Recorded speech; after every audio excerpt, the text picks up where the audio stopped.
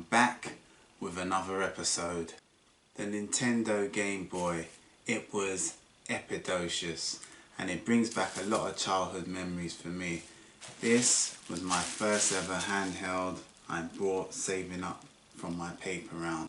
And as you see, all my Game Boy products are well looked after in bubble wrap. Now this handheld here was revolutionary because it was the first handheld to allow you to change games by swapping out the cartridges.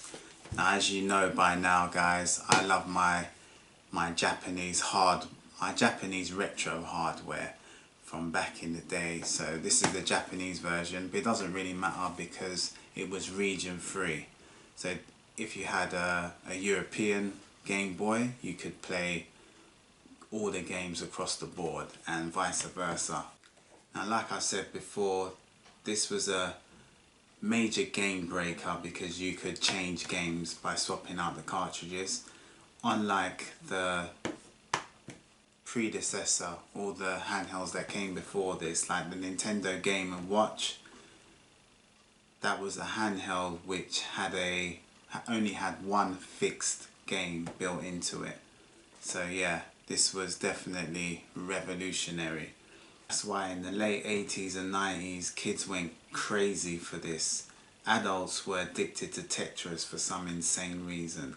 As a kid, I didn't see the fascination in playing Tetris at all. It didn't appeal to me, not one bit. Like most gaming products back in the 80s and 90s, it came with a flimsy cardboard box, and inside it was housed with the polystyrene, which in most cases would have the cover, which is very rare to get. And this is where your handheld will reside. And this is what the Game Boy looks like, the first model introduced to the gaming market. And this was the DMG-01. And on the back it looks like that. It has a boxy casing with the D-pad and a A and B button, along with start and select there. And on the top back side is where you would put your cartridge. And here you have some extension imports if you want to hook up any accessories and link it to another Game Boy. And then you got the volume rocker here, and we got the contrast on the other side to make the screen darker or brighter. And that's about it. And then we got the headphone port at the bottom. And then obviously at the top is your toggle switch to turn it on and off. And when it's on, you see a red light like so to let you know it's on. They call this colour of the Game Boy beige, but to me it's more like a dull white looking shade. And as you see, you could hook them up with batteries to power it, and it takes 4 AA batteries, or you can simply buy an AC adapter and plug it into the wall, and you can just play at home whilst you're chilling.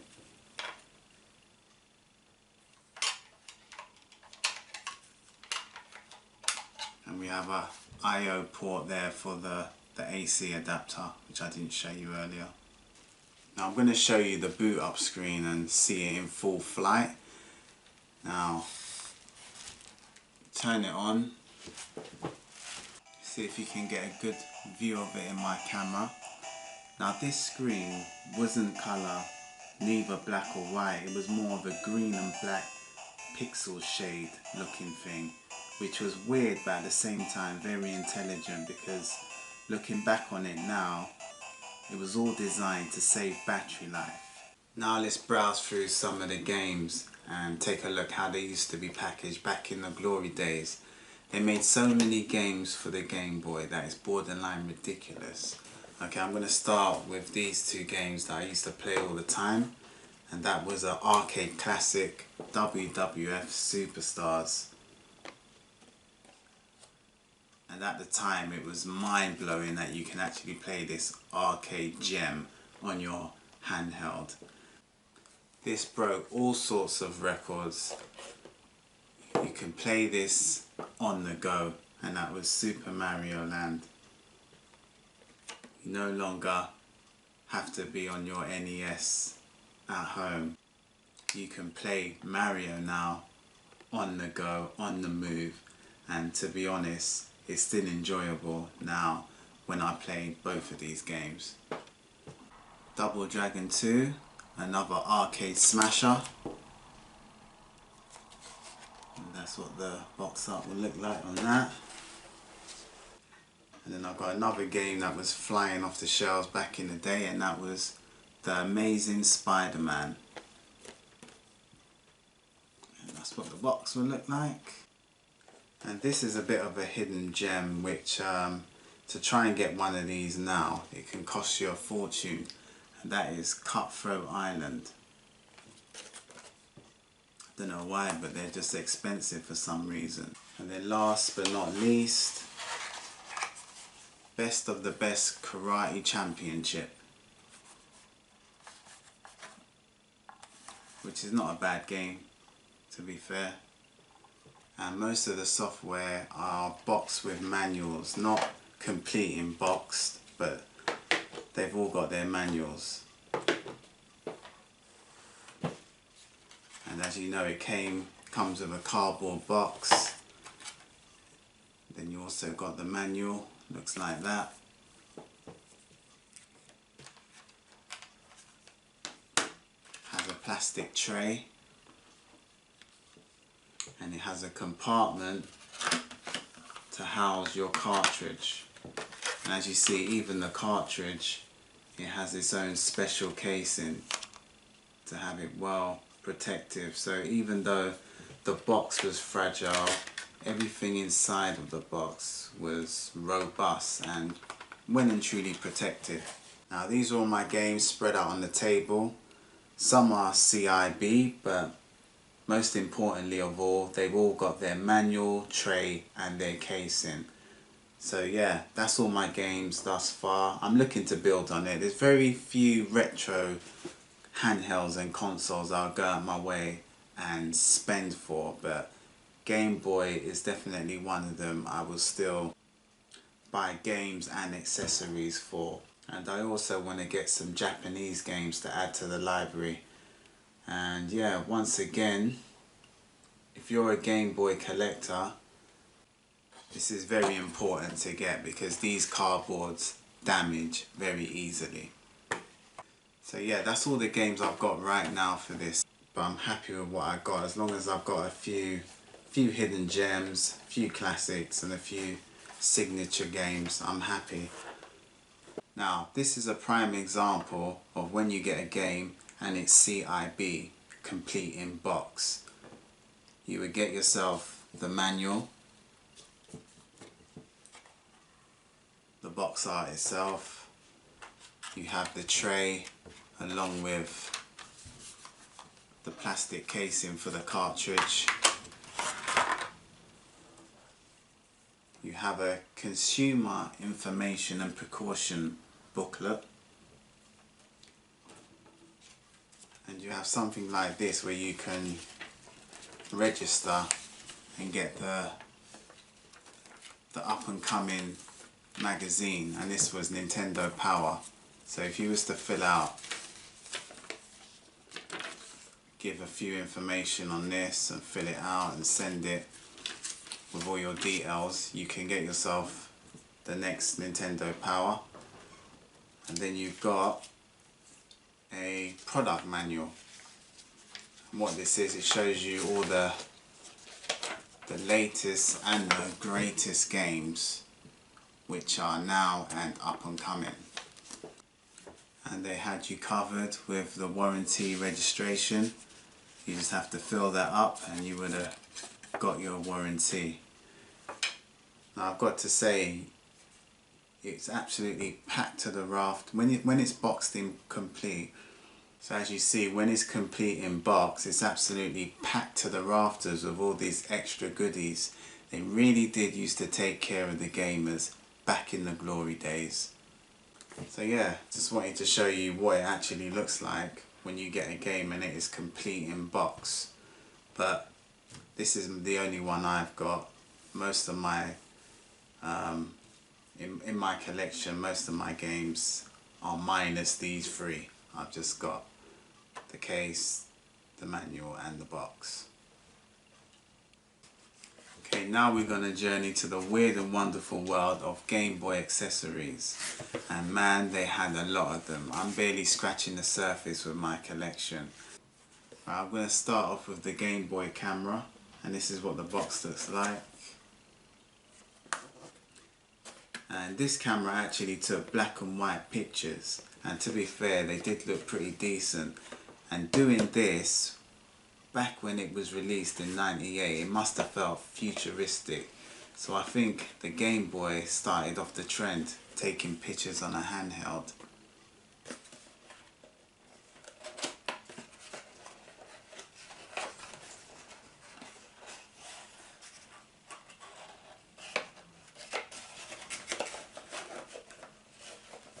And this is what it looks like up close, guys. Up close and personal. And we also got the paperwork with it. And that's about it. Let me show you how it would look hooked up to your Game Boy. So you've got the Game Boy like this. It will go in the cartridge slot like so. And then when you turn it off, it'll be facing you and you can just snap away. And a perfect device compatible with the camera would have been this enhanced piece of equipment, and that is the Gameboy Printer, which you hook up using a specific universal link cable, which are very hard to find, and if you do find them, they will definitely charge you an arm and a leg for it. And believe it or not, this cable here is a special piece of equipment, so I have to show it to you in all of its glory. So as you see here, these inputs are for the printer, and this is what you use to insert into your Game Boy. And yeah, they call this a universal link cable, and we have the Game Boy logo engraved on one side, and on the other side we have Nintendo. So that just verifies it's the real thing. It's not a phony. So yeah, this is what you call the universal link cable. And the printer actually looks like this, guys. Take a close look. And that's the back where you put the batteries. And you got your toggle switch to turn it on and off. That's where you know it's ready for activation there, that little sound. Getting all the paperwork in place. And you've got a feed button here when it's on. And yeah, you basically would connect it like so. And then plug it into your, you've got the Game Boy port there, put it in and put your camera on top, snap away, and it will print instantaneously as if you were living in the 21st century back in the 90s. And I've tested both accessories and they work perfectly, and they all came, as I showed you the manual for the camera, they all came complete in box. Well, I wouldn't say complete in box, but they all had their manual and their cardboard inserts in perfect condition. So I'm happy with that. So that's it, the Game Boy Printer, and as it says on the back, shoot, print and stick. Now this is the link cable, and what this allows you to do, it allows you to connect with other Game Boys, so you can have like a co-op experience. and it's not with every game, there's certain games which has 2-player mode. Even in some cases, some games are even 4-player. So you can do, like, if you had a few cables and a few Game Boys, you could play and enjoy a 4-player experience with other gamers. So there's what it looks like.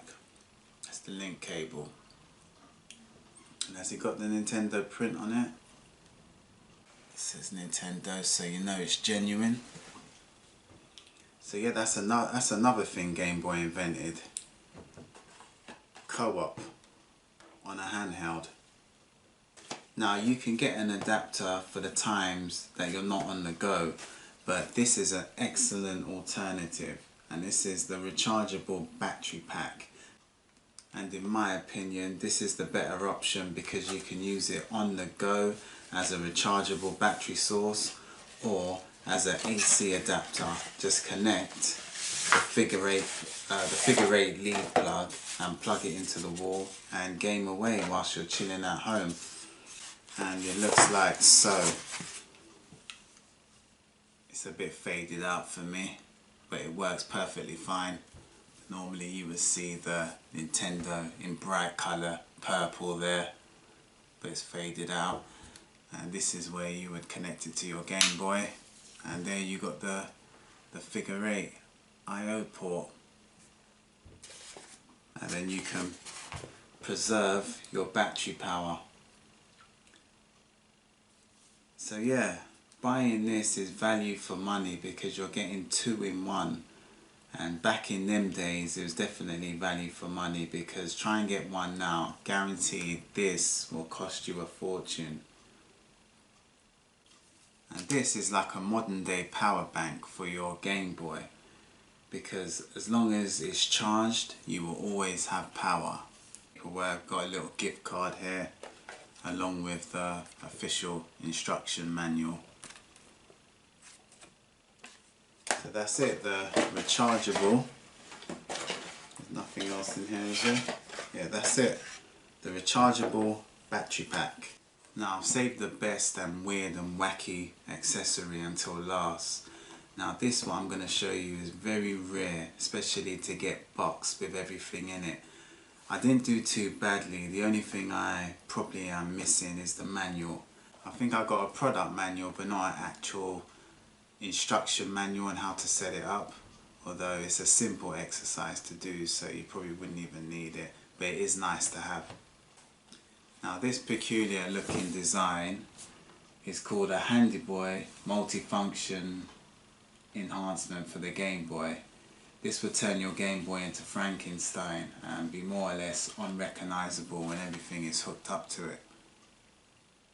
Check out the big bright bold colours. It looks very 80s when you look at the packaging. It's always nice to have the polystyrene cover. It just makes your packaging complete. So when we go inside the box, like I said before, I didn't get the instruction manual. I got this kind of product kind of diagram telling you certain things you can get and which is compatible with even the Sega Game Gear. So there you go. Product manual. So this would have improved your gaming experience massively, and here's why. It has a extended stereo amplifier speakers on each side there, as you can see, because the sound quality would get a massive boost. Because that's the one bad thing about the Game Boys back then. The sound quality used to be terrible. And then we have something which all Game Boy owners would have desired back then, and that is an adjustable magnifying lens. And this would increase the size of the LCD panel. And also on either side here, where the LCD would have been, we have 2 built-in illuminated light bulbs, which is super convenient depending on how your lighting is and what situation you're going to be in. And then on each side you see there we have two individual sound and light switches. So we've got the sound here, so you can switch it on and off, and then you've got the light switches here, and what that allows you there, and what that allows you is to it's a power saving mechanism. So these two bright pink switches here are simply for power saving purposes. And another game changer which they added was a joystick control enhancement, which looks more like an old-fashioned analog stick, along with enlarged fire buttons. And as long as the Game Boy has power, you'll be good to go. No extra batteries are needed for this accessory.